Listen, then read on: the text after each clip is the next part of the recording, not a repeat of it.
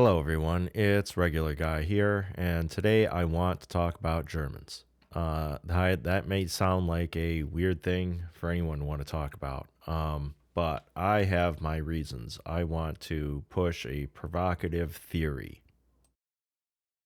I want to convince you that American values, okay, whatever you think those are, all right, that they are at least equal parts German and English. They are not simply English values transplanted onto these American colonies that then expanded into this country. There was a heavy German influence.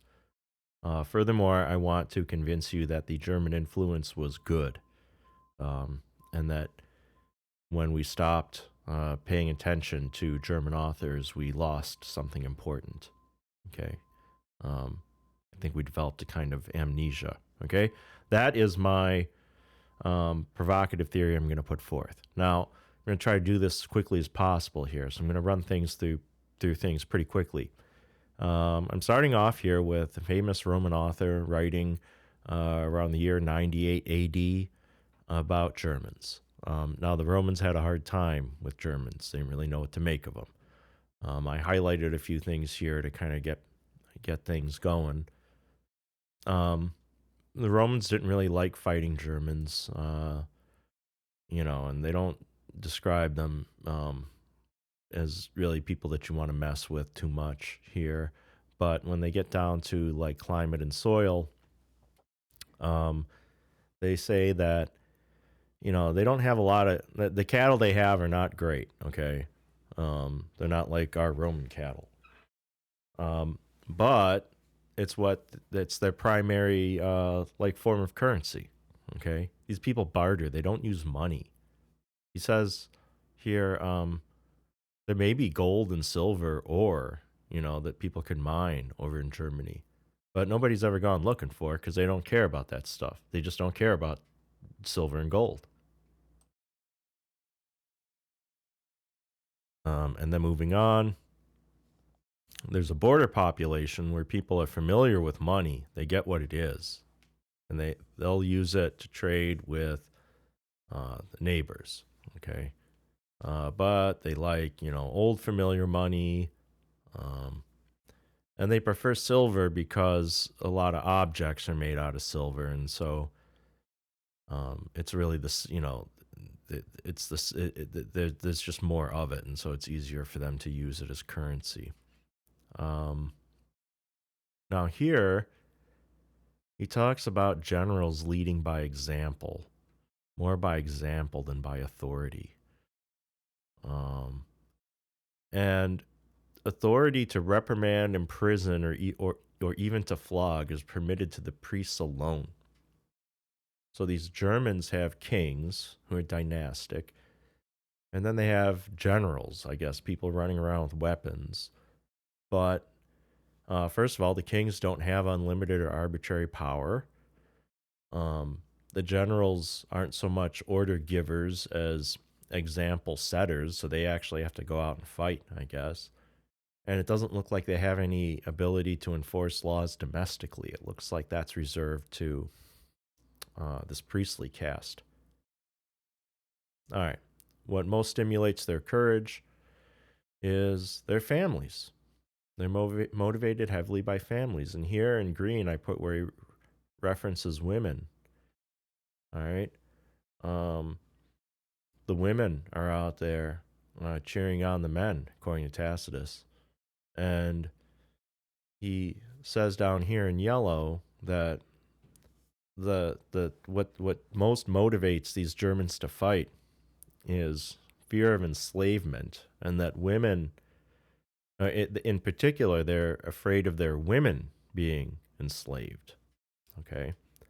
Furthermore, he says here they believe that women have a certain sanctity and prescience, and they do not despise their counsels or make light of their answers. In other words, they think women have something to say and they take them seriously. He says here in Rome, we've had women that we've venerated from time to time, but not with servile flatteries or the kind of deification these Germans seem to seem to I don't know, that they seem to give to women.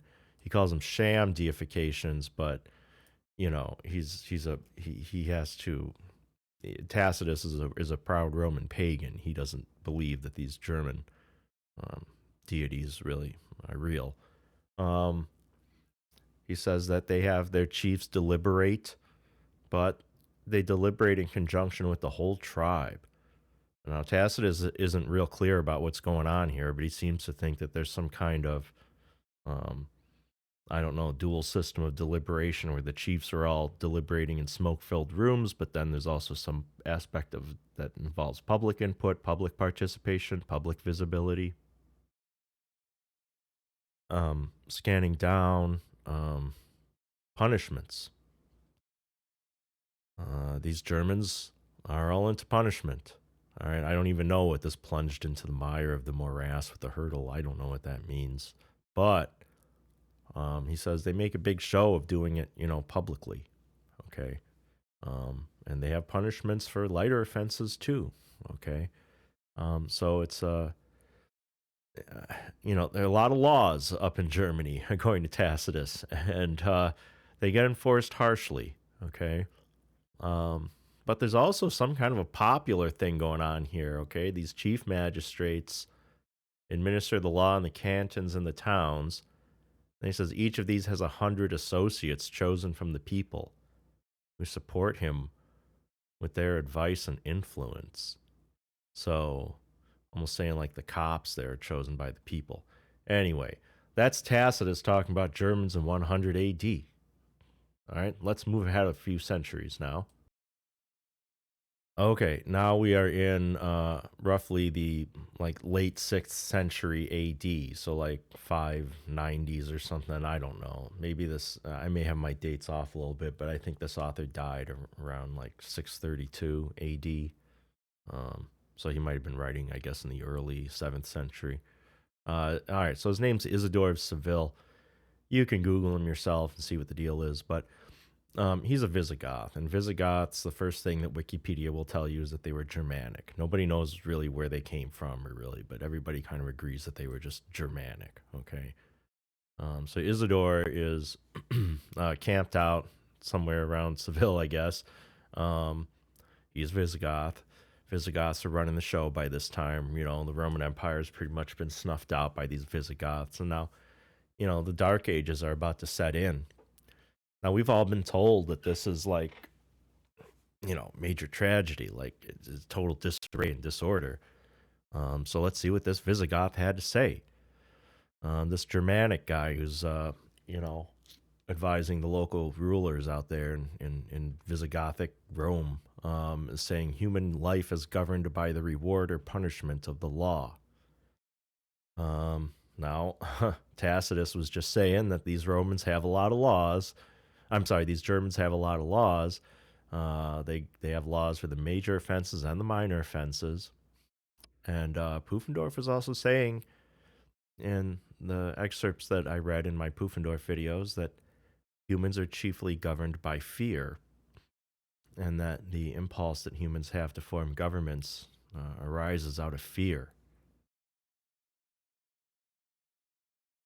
Now, Pufendorf also said something that echoes what Isidore says in this next passage, why law was made. Okay. The boldness of men may be checked by fear of them. Okay. The boldness of men, the power of harm bridled among the wicked.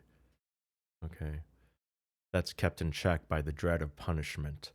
Pufendorf was also saying that, people are full of all kinds of crazy deviant passions that even the wild animals don't have. Wild beasts aren't as depraved as humans are. And so we need laws in order to keep people from acting on those depraved impulses. All right? The end, right? That's basically the end of his analysis, and that also seems to be the end of Isidore's analysis, okay? So there's they're writing 1,000 years or so apart, but they seem to be in agreement on that point. These Germans. So according to the custom of the country, adapted to the place and time, necessary and useful. He's describing what laws should be like, okay? He's not saying, laws should be frozen in time. We should keep doing the same thing all the time. He's saying no, laws have to constantly evolve. Um, the main thing is that they just have to be necessary. No laws that are stupid and pointless. They have to be useful. They have to actually serve some useful purpose. They have to be clear. All right, there shouldn't be anything in the law that could be used to trick us or fool us. Okay, that's not the way it's supposed to work. All right. And certainly the law is not supposed to be written for anyone's private advantage, but for the common good of all citizens. Okay. So there's Isidore. There's our first guy, who's really our first German, who's I shouldn't say our first guy, our first German who's speaking to us in Latin about some of these complicated topics. Now we're going to stay in roughly the same time period. This might have been written a little bit later, all right, but this is the actual Visigothic code, all right. This is like the constitution of the Visigoths, these barbarians. Okay, we just heard from one of them, and this is what they thought. Okay, first of all, their sort of constitution talks about how to make laws. So does ours, in a sense, right? Ours starts off by talking about Congress and its power to make laws. Okay.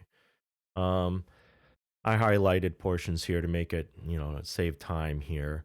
I'll try not to scroll too quickly so that you have time to read all the text if you want to. But he points out that, this code points out that, sometimes laws are going to have to address obscure topics, okay? And they're going to have to require lawmakers to become informed. And that lawmakers need to investigate. Investigation is desirable. Okay. Then he says at the end, they say at the end here, as we are more concerned with morals than with eloquence, it is not our province to introduce the personality of the orator, but to define the rights of the governor. In other words, we're not trying to tell you how to produce people who can, speak eloquently, use a lot of big words. We're telling you how to produce a good governor here. This is like our recipe for doing it, the Visigoths. Okay. How the lawmaker should act. We don't want the lawmaker getting into petty disputes. We want them to be thinking about justice, okay, in the abstract. And there's a sense of like due process here. We don't want the law to be arbitrary. I think that's what this code is saying, nor is it fitting that he should appear to have framed the law by contention, but in an orderly manner, okay? Due process. There has to be an orderly manner for administering the law, okay? Because, at the end of the day, this person's not trying to be an entertainer, okay? This person is supposed to be protecting the people, all right? If you were administering the law in a way that was meant to entertain the people, you would want to, sort of custom tailor the law to events in order to make them appear, most salacious and the most intriguing, right? Visigothic code is saying that that's bad in principle.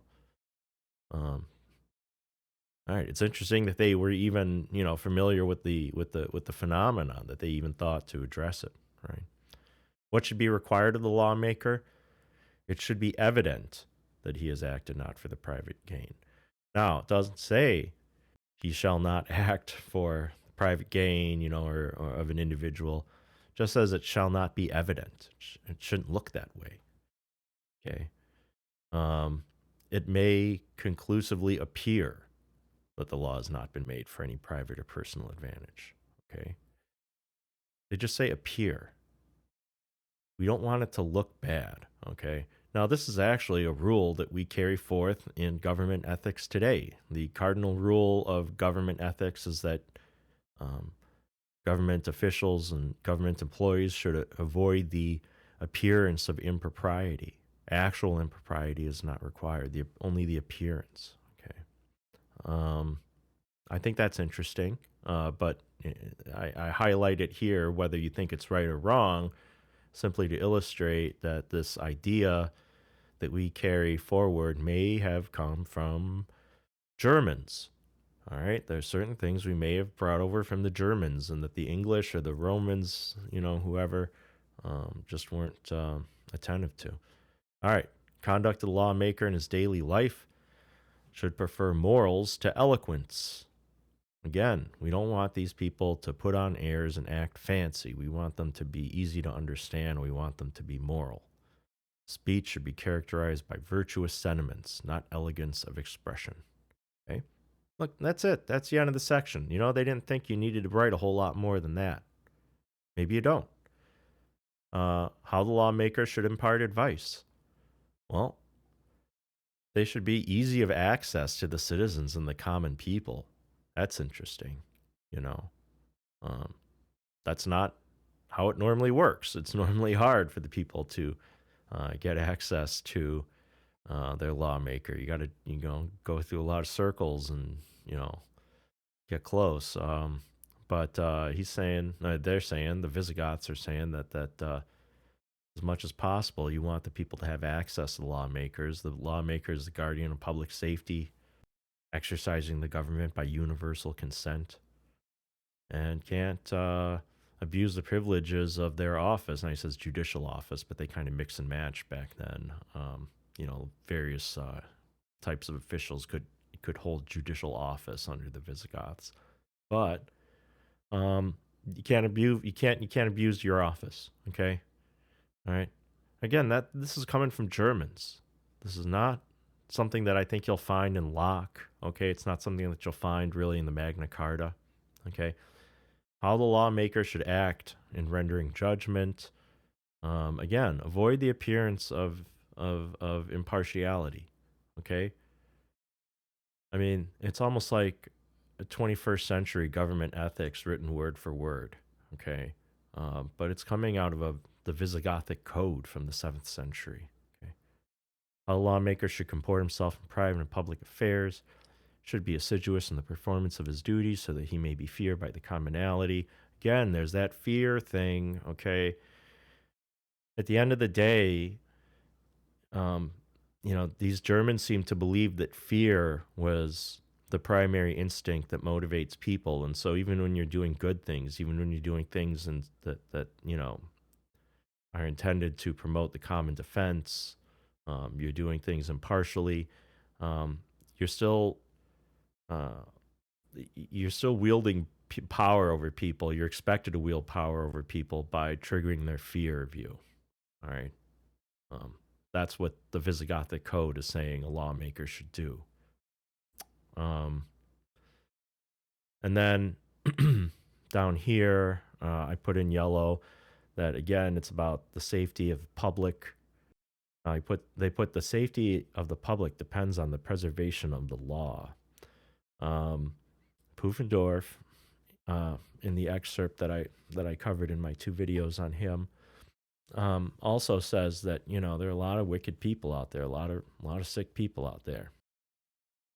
When you form a government, you don't get away from those people. You're still living with them, and they're still out there with all the same impulses, and they would all violate the law if they could get away with it. And so the purpose of forming a state is supposed to protect us from these wild people that we're still living with. And so we have laws in order to control them and tame them. It's for public safety. All right. That's the bottom line. And then I put in the notes here, to remember that the Visigoths at this time didn't really draw sharp distinctions between legislators, priests, and judges. Okay. These are all essentially all government officials. Kind of all the powers of government could be rolled into different individuals at different times for in different ways. They didn't really have hard and fast rules about that. Okay, all right, let's move on to something a little more contemporary. This is the Dictatus Papae. Now, it's generally dated to 1090. It's not known exactly who wrote this, but it's pretty much generally accepted that it was written by a pope, at some point, okay? Probably close to 1090 or within a few decades of that date. Now, I'm showing this to you because it's not Germanic, okay? This is what was happening in the sort of non-Germanic realm of the Vatican, okay? The territories that they administered. Now, this was never officially, I think, published, okay?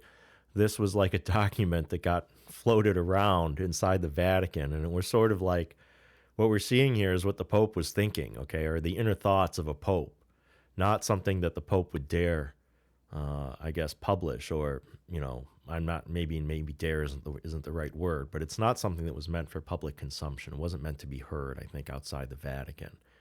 And I've highlighted in yellow some of the things, some of the powers that it gives to the Pope.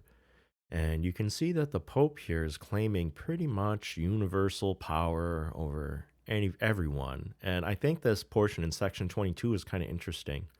The Roman Church has never erred, nor will it err to all eternity. What does that mean? Well, remember, the Visigothic Code was saying you avoid the appearance of impropriety. Here, some Pope is saying people should just assume that we've never made any mistakes, that we've never done anything wrong. That has to be a baseline belief that everyone has. Okay, there's no sense here in here that how to put it.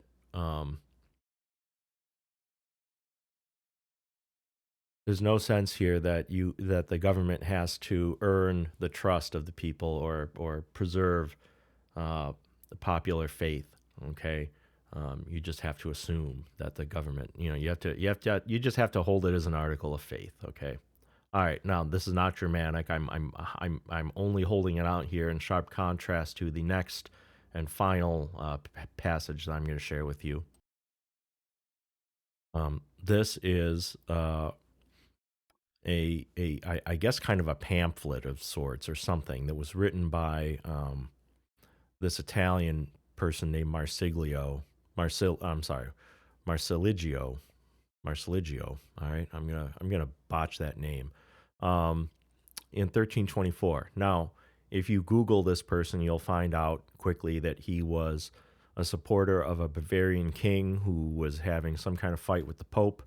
So that's what's going on here. There's a German king fighting with the Pope in Rome, and I've highlighted here some statements that were condemned by the Pope as heretical. Okay, that are found in the body of the pamphlet. It doesn't actually identify the statements here. I've used different colors to just to make because there are different clauses here that stand separate from the others. Okay, so the colors themselves don't mean anything here. But for example, elective monarchy. I mean, what the heck is that? Elective monarchy is the form of government preferred by Marsilius. I mean, were Germans electing their kings on 1324? Okay. Now, what this document does is it asserts that the Vatican or the Church or any religious authority is firmly under the control of a secular state. Okay. What's down here in the last sentence, the editor notes that Marsiligio asserts that within the Church, the supreme authority is not the Pope, but the General Council of Christians. Okay. So even within the Church itself, he denies the supremacy of the Pope, okay, and thinks that there should be some kind of a popular decision-making process occurring even within the Church. So now we get to these portions here that are not italicized. This is what Marsiligio actually wrote, okay. Now, to begin, there are a lot of things here that he wrote. And I want to try to keep this video under 30 minutes, so I'm going to move through these quickly. But he puts this general council, wants this general council, again, to be in charge of Christian doctrine, okay? Now, this is interesting. No temporal punishment or penalty should be used to compel observance of divine commandments. So basically, the Church can't punish people, can't put them to death or anything like that. For violating what they consider to be divine law. He's taking lawmaking authority or curbing law. Let's say law enforcement activities by the church. And he's not saying they can't punish people. He's just saying that they can't be punished for not observing divine commandments. I put in green, it's necessary to salvation to obey the commandments of the new divine law. So, Marsiligio is not saying, hey, I'm not a Christian here, okay? Now, he does say, forget the Old Testament. Forget those laws, all right? Now, the whole body of citizens or its majority alone is the human legislator. Now, I'm not sure why that's put in quotation marks. Maybe because it was a new word. Maybe this is an early effort to define the term that we now know that we now take legislator to mean. He writes, the legislator alone, or the one who rules by its authority, has the power to dispense with human laws. All right, forget the church, forget the Pope. Here he talks about coercive power. It says a coercive judgment is a judgment given by an official who has the power to enforce his decisions. So I guess this is a note here. Marsilius maintains a coercive power and judgments are prerogatives of the state and cannot be exercised by the church. Again, that's what I was saying earlier. And now we see here there can be only one supreme ruling power in a state or kingdom. Okay, so only there's no room here for popes really to be in charge. The prince who rules by the authority of the legislator has jurisdiction over the persons and possessions of every single mortal of every station, whether lay or clerical, and over everybody of laymen or clergy. Now, this is an interesting concept that I hope to visit in some other videos, maybe at some future date, but here we have an early notion of all property descending from the state or being subject to the control of the state, all right, including church property. Here, I just highlighted to point out that, Marsiligio wasn't the most woke guy on the planet, okay? He seemed to think that churches could still decide, whether and when certain people are allowed to be married, okay? However, anything that has to do with the distribution of property to children and that sort of thing, inheritance and all that, that has to be governed by secular law, all right? Church has to butt out, all right? Belongs solely to the legislator. Prince who rules solely by the laws of Christians has the right to determine the number of churches and temples. Now, and the number of priests, deacons, and other clergy. That's a little bit like Article 3 of the U.S. Constitution, saying that Congress can decide, how many courts we're going to have. Okay, they can decide what the structure of them is going to be. There's only one court, the court that's created in the Constitution. That's the Supreme Court. All the other courts are supposed to be created from time to time by Congress. I highlighted the Christian legislator alone has the right to forbid or permit the establishment of religious orders or houses. Okay, the legislator. The General Council of Christians or the Christian legislator alone has the authority to ordain fasts and other prohibitions on the use of food. That's interesting, isn't it? The council or legislator alone may prohibit the practice of mechanical arts or teaching which divine law permits to be practiced on any day. Now, here, we're talking about education. We're talking about what can be taught in schools. All right, this is a statement that, saying, hey, the state's going to decide what's allowed to be taught in schools, okay? Now, again, Marsiligio is not claiming not to be a Christian. He's claiming that the state's going to do this in accordance with Christian teaching and the Bible and all that. Those who are pledged to observe complete poverty, he's talking about priests, may not have in their possession any immovable property. Wow. So a priest can't say, hey, this is just church property. State can take it away. Sort of like early public eminent domain, okay? And here we say that the state gets to decide, what kind of taxes people pay. Churches can only demand tithes sufficient to support the church. And, this Bishop of Rome, he can be impeached. Pope, he can be fired. He can be impeached. He can be kicked out of office. Anyway, I'm going to end the video there, try to keep this under 30 minutes, but I'm the regular guy. And again, this is my first attempt to persuade you that Germans were very influential in the founding of America. Signing off.